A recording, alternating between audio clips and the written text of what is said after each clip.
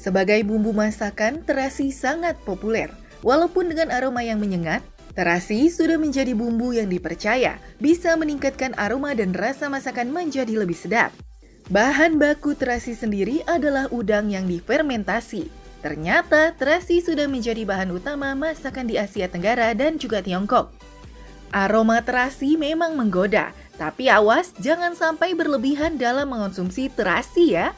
Karena katanya mengonsumsi terasi dalam jumlah yang berlebih dapat menyebabkan hipertensi. Wah, bener nggak tuh? Nah, masih banyak mitos fakta terasi akan dijawab sama Dr. Ida Gunawan, spesialis gizi klinik di segmen kali ini. Fakta atau mitos? Katanya terasi mengandung tinggi protein. Protein sendiri juga membantu untuk menjaga sistem kekebalan tubuh agar terhindar dari virus dan juga bakteri. Tapi benar nggak ya? Ya, ini adalah fakta. Lah, kok bisa seperti itu? Tadi sudah saya jelaskan bahwa dalam kandungan terasi, kalau itu memang dibuat secara alami, secara asli ya, itu hanya mengandung ikan maupun dari udang yang segar. Bukan ikan ataupun udang yang sudah busuk. Nah, dalam udang maupun dalam ikan sangat kaya akan protein. Oleh karena itu, tidak heran kalau terasi kaya akan protein. Osteoporosis merupakan kondisi saat kepadatan tulang mulai menurun. Di Indonesia sendiri, wanita lebih rentan terkena penyakit ini.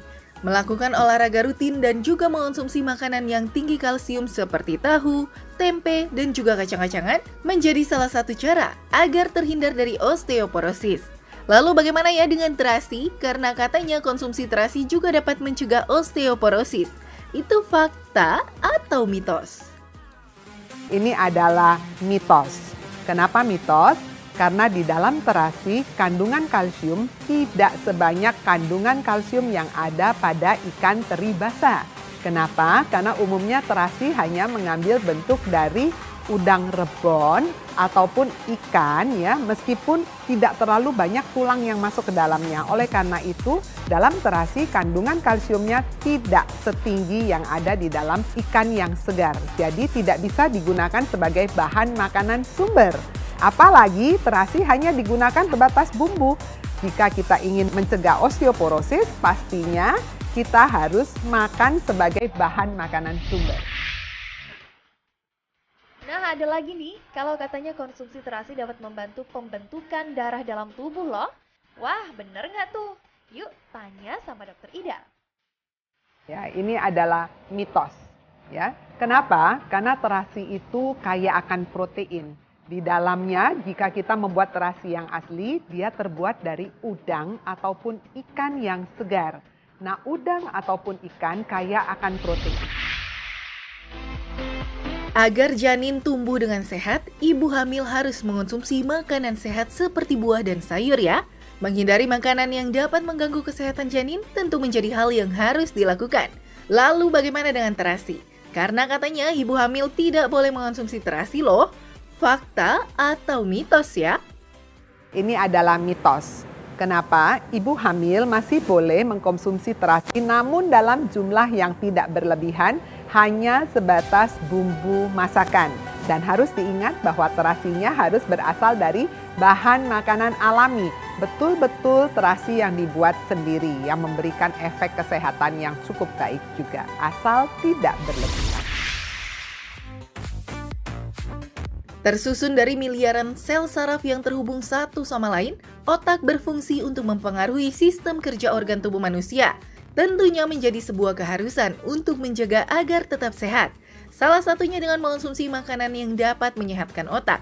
Fakta atau mitos ya kalau terasi itu menyehatkan otak? Yuk tanya lagi sama Dokter Ida. Ya, ini adalah mitos. Kenapa mitos? Karena untuk kesehatan otak kita membutuhkan cukup karbohidrat, kita juga membutuhkan yang namanya EPA dan DHA, terutama DHA. Di dalam terasi banyak sekali digunakan udang-udang rebon yang kecil-kecil. Kecuali jika udang rebon yang dipakai kaya akan krill ya, seperti ikan-ikan krill. Jadi dia kaya akan omega 3 di mana di sana terkandung EPA, maka dia bisa digunakan untuk kesehatan otak. Namun jumlahnya juga tidak maksimal. Kenapa? karena terasi hanya digunakan sebatas bumbu dapur. Jadi tidak boleh yang namanya terasi dimakan sebagai bahan makanan sumber. Tidak hanya mengonsumsi makanan yang berlemak saja, mitosnya mengonsumsi terasi juga dapat menyebabkan hipertensi. Benarkah? Itu fakta atau mitos? Ya, ini adalah fakta. Kenapa menjadi fakta? Dalam pembuatan terasi selalu ditambahkan garam. Kandungan garam dalam terasi kira-kira 10 gram terasi atau dalam 1 sendok makan peres itu mengandung garam sebanyak 1.500 mg. Sudah menduduki 1/3 dari kebutuhan garam kita satu hari. Oleh karena itu, jika menggunakan terlalu sering terasi dalam makanan kita, risiko untuk mendapatkan kelebihan garam juga menjadi makin besar. Dan tentunya kita tahu bahwa garam yang berlebihan akan ikut memicu terjadinya hipertensi, terutama pada mereka yang sensitif terhadap garam.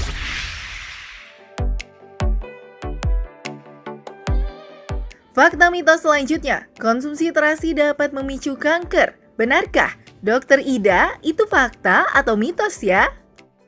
Ini adalah mitos. Kenapa bisa menjadi mitos? Karena terasi seharusnya dibuat dengan cara yang alami tanpa ditambahkan bahan-bahan pengawet maupun bahan pewarna. Namun, terasi bisa ikut memicu kanker jika sering sekali terasi yang dijual di pasar itu warnanya menjadi warna merah terang maupun merah yang sangat gelap atau merah mengkilap. Sering sekali ditambahkan zat pewarna maupun zat pengawet yang dikenal sebagai nitrosamin. Dan nitrosamin jika penggunaan jangka panjang terus-menerus apalagi dalam jumlah yang besar bisa menjadi salah satu faktor risiko untuk memicu terjadinya kanker. Supaya dalam mengonsumsi terasi tetap mendapatkan manfaatnya, yuk simak dulu tips yang berikut ini. Bagaimana tips untuk mengkonsumsi terasi? Yang pertama, perhatikan pada waktu kita memilih terasi. Pilihlah terasi yang warnanya tidak terlalu merah karena sering sekali terasi yang berwarna merah itu ditambahkan dengan pengawet yang dikenal sebagai nitrosamin. Dan penggunaan nitrosamin dalam jumlah yang berlebihan bisa meningkatkan risiko untuk terjadinya kanker. Yang kedua, jangan lupa gunakan terasi hanya sebatas bumbu dapur. Jangan digunakan sebagai saus makanan, jadi hanya sebagai makanan penyedap tambahan. Berapa banyak yang boleh digunakan terasi dalam satu hari? Karena kita tahu bahwa dalam 1 sendok makan terasi mengandung kira-kira 1.500 mg garam. Padahal konsumsi satu hari garam hanya sekitar 5.000 mg. Oleh karena itu, terasi sudah mengambil porsi sebanyak 1/3 sendok teh peres garam. Nah, sisanya dapat ditambahkan dengan garam. Jadi, 1/3 sendok teh garam sudah diisi oleh komposisi dari terasi, maka sisa garam yang masih boleh ditambahkan tidak lebih dari 2/3 sendok teh peres. Nah, bagaimana? Sudah jelas ya informasi tentang terasi. Ingat, jangan jadikan terasi sebagai sumber pangan utama, tetapi hanya sebagai bahan tambahan saja ya.